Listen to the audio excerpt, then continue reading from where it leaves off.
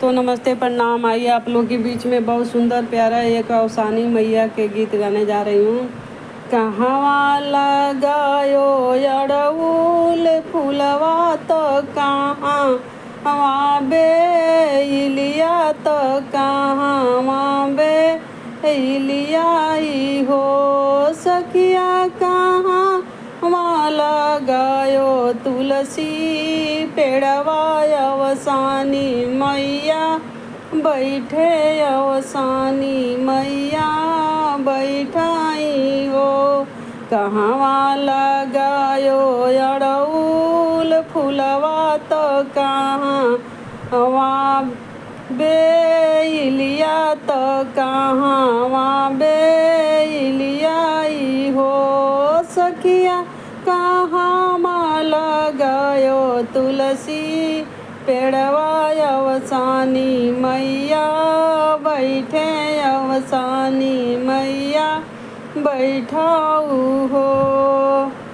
दुअरे लगायो अड़उल पेड़वा तो रूबेल फूल हो सखिया आंगने लगायो तुलसी पेड़वा अवसानी मैया बैठे अवसानी मैया बैठाऊ हो। दुअरे लगायो अड़उल फूलवा तो रूबेलिया तो रूबेलिया हो सखिया आंगने लगायो तुलसी पेड़वा अवसानी मैया बैठाऊ हो। कतुए से सिंचबो अड़उल पेड़वा तो रूबेलिया तो रूबेलिया हो सखिया केथुए से सिंचबो तुलसी पेड़वा अवसानी मैया बैठाऊ हो।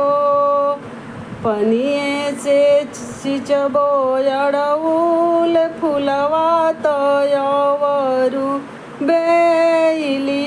तो रूबेलिया हो सखिया गंगा जल से सिंचबो तुलसी पेड़वा तो अवसानी मैया बैठाऊ हो सखिया गंगा जल सिंचबो तुलसी पेड़वा अवसानी मैया बैठाऊ हो।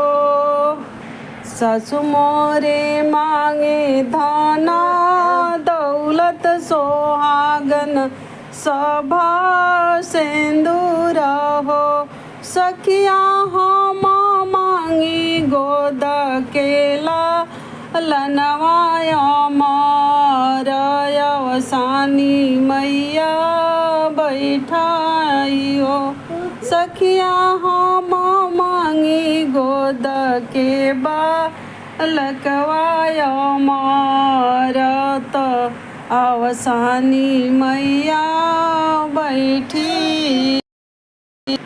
सखिया हम मांगी अमर लालनवाय अवसानी मैया बैठाल हो सखिया हम मांगी अमर सोहगवा तो अमर सजनवाय अवसानी मैया बैठाई हो सखिया हम मांगी अमर सजनवाय अवसानी मैया बैठाल हो।